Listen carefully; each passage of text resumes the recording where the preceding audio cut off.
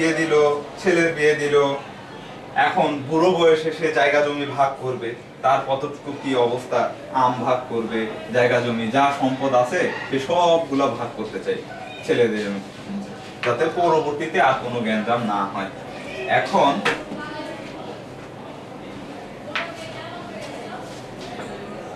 আগে বলেছিলাম যে এ এর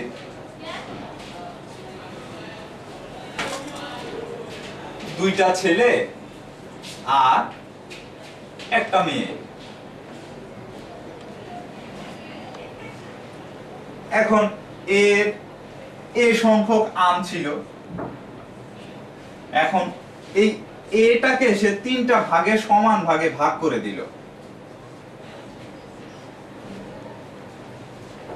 এটাকে সে তিনটা সমান ভাগে ভাগ করে দিল।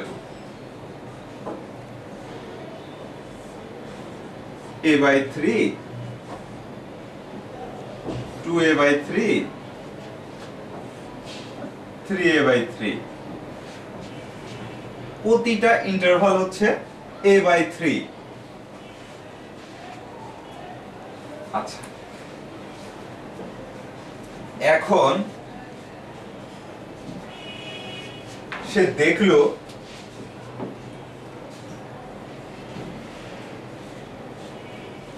যে এই a/3 মোট ছেলে মেয়ের সংখ্যা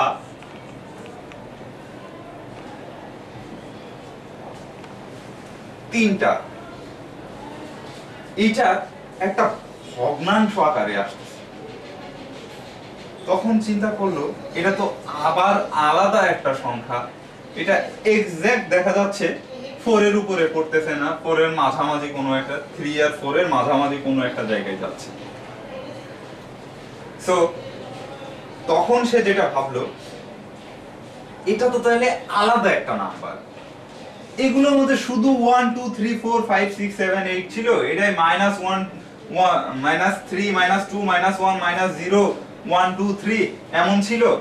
এখন তাহলে এই সংখ্যাটা আবার আলাদা একটা সেট, যেটাকে কিনা a/3 বা a/b, যদি ছেলে মেয়ের সংখ্যা যদি b হইতো তখন আমরা লিখতে পারতাম a/b আকারে প্রকাশ করতে পারছি এই সংখ্যাটাকে। হ্যাঁ, এই সংখ্যাটাকে তখন সে বলল ভগ্নাংশিক সংখ্যা। এখন চিন্তা করো, যদি ছেলে মেয়ের সংখ্যা 1 হইতো, b সমান যদি 1 হইতো, তাহলে কি হইতো, সেটা এই থাকতো। তার মানে কি, আমার প্রতিটা আমকে আমি আবার এইভাবেও প্রকাশ করতে পারতেছি, এর প্রতিটা কম্পোনেন্টকে 1/1 বা 2/1। সে চিন্তা করতেছে কি, সে দেখতেছে যে ছেলে তো তখন একটাই, যা আছে সব তো তার, তাতে আর কোনো চেঞ্জ হচ্ছে না।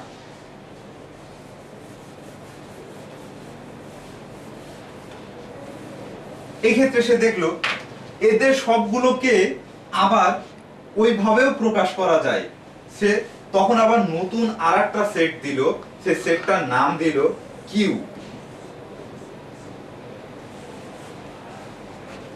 যেখানে সে অনেকগুলো সংখ্যা দিল, -3 -2 -4/3 -1 -half 0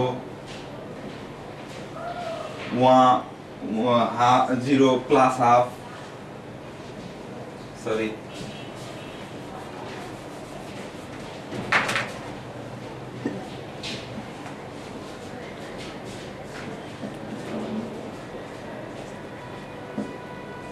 zero plus half 1 4/3 2 3 এভাবে চলতে থাকলো। সে তখন দেখলো এগুলোকে বলা হয় মূলদ সংখ্যা। তার মানে কি মূলদ সংখ্যা কি আসতেছে, যে সকল সংখ্যাকে আমরা কোনো ভগ্নাংশিক আকারে দেখতে পাই বা প্রকাশ করতে পারি সেগুলোকে বলা হয় মূলদ সংখ্যা। এখন মূলদ সংখ্যা সেটকে আমরা কিউ দ্বারা প্রকাশ করতেছি। তখন পর্যন্ত শুধু চিন্তা করা হয়তো এই নাম্বার লাইনে যা সংখ্যা আছে সবগুলোকে মূলদ সংখ্যা বলা হয়। এখন পরবর্তীতে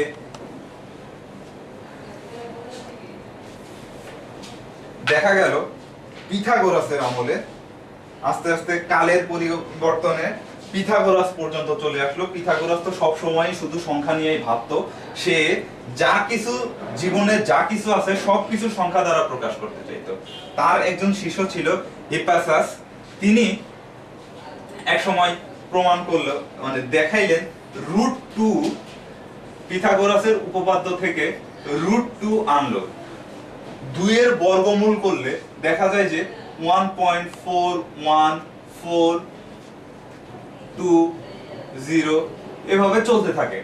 কিন্তু এর কখনো কোন সংখ্যাটার পরে কি সংখ্যা আসবে এটা অনুমান করা যায় না, প্রেডিক্ট করা যায় না, সেটাও দেখাইলো। সে তখন বলল তাহলে এই সংখ্যা যখন অনুমান করা যাচ্ছে না, এর শেষ কোথায় আছে জানা যাচ্ছে না, তাহলে এটাকে কিভাবে আমরা ভগ্নাংশ আকারে প্রকাশ করতে পারি? এটা তো ভগ্নাংশ আকারে প্রকাশ করা সম্ভব না। আমরা আধুনিক ম্যাথমেটিশিয়ান যারা আছি তারা যদি 1.00000001 যদি নিই, তাহলে এটাকে আমরা ভগ্নাংশিক আকারে প্রকাশ করব কিভাবে? দশমিকটা তুলে দেওয়ার জন্য একটা 1 নিব, 1 2 3 4 5 6, আমরা 6টা জিরো বসায় দিব। এভাবে আমরা সেটাকে প্রকাশ করতে পারি। কিন্তু এই সংখ্যাটা শেষে কি আছে আর কিছু, মানে কোনটার পরে কি আছে সেটাই জানা যাচ্ছে না, কতটা সংখ্যা আছে তাও জানা যাচ্ছে না। সো আমরা এটাকে এইভাবে প্রকাশ করতে পারবো না, সেক্ষেত্রে আমরা a/b আকারে প্রকাশ করতে পারবো না। সেজন্য এটার নাম দেওয়া হলো অমূলদ সংখ্যা।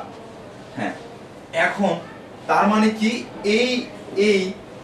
এই অমূলদ সংখ্যা এটা কি এই নাম্বার লাইনে আছে? প্রশ্নটা সেখানে। হ্যাঁ আছে।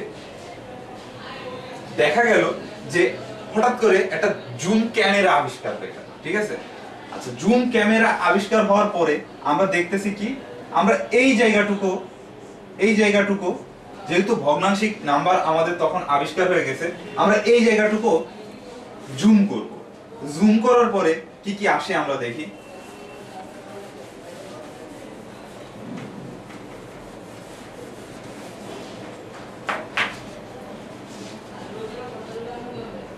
জিরো 1, এখানে দেখা যায় 0.1 0.2 0.3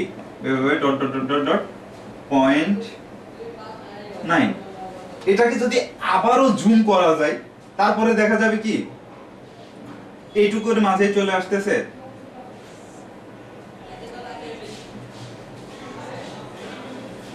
এখানে 0.01 0.02 এইভাবে করতে করতে আসতেছে কি 0.09। হ্যাঁ, এই জুম আমরা যতবার করতে পারবো ততবার এমন সংখ্যা আসতে থাকবে, তাই না?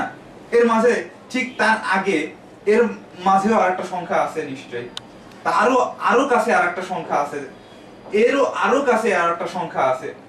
এটা যদি প্রেডিক্ট করা যাচ্ছে, কিন্তু তারপরেও আরো এমন কোন সংখ্যা থাকতে পারে যেমন 0.01 001 2 3 0 4 0 9 6 5 3 7 এভাবে চলতেছে।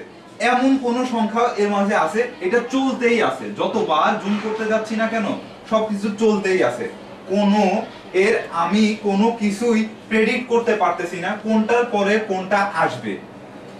সো আমি এটাকে কখনোই এমন ভগ্নাংশ আকারে প্রকাশ করতে পারবো না, এটা একটা অমূলদ সংখ্যা। কিন্তু দেখা যাচ্ছে কি এই জিনিসটার অস্তিত্ব ঠিক এই লাইনের মাঝে আছে। সো তখন এখান থেকে আমরা আরেকটা সেট পেয়ে গেলাম, সেটা হচ্ছে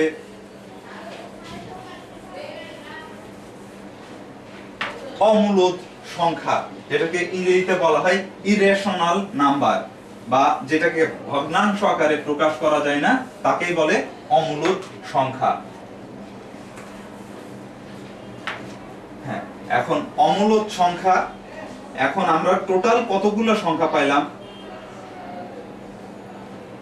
স্বাভাবিক সংখ্যা, পূর্ণ সংখ্যা, মূলদ সংখ্যা। অমূলদ সংখ্যাকে সাধারণত কিউব প্রাইম দ্বারা প্রকাশ করা হয়। এই সকল সংখ্যাগুলোকে নিয়ে যেই সংখ্যা সেট তৈরি করা হয় তাকে বলা হয় রিয়েল নাম্বার বা বাস্তব সংখ্যা। হ্যাঁ, এটাই হচ্ছে, এগুলো সব বাস্তব সংখ্যা, বাস্তব সংখ্যা। আর এই লাইনটাকে বলা হয় বাস্তব সংখ্যা রেখা।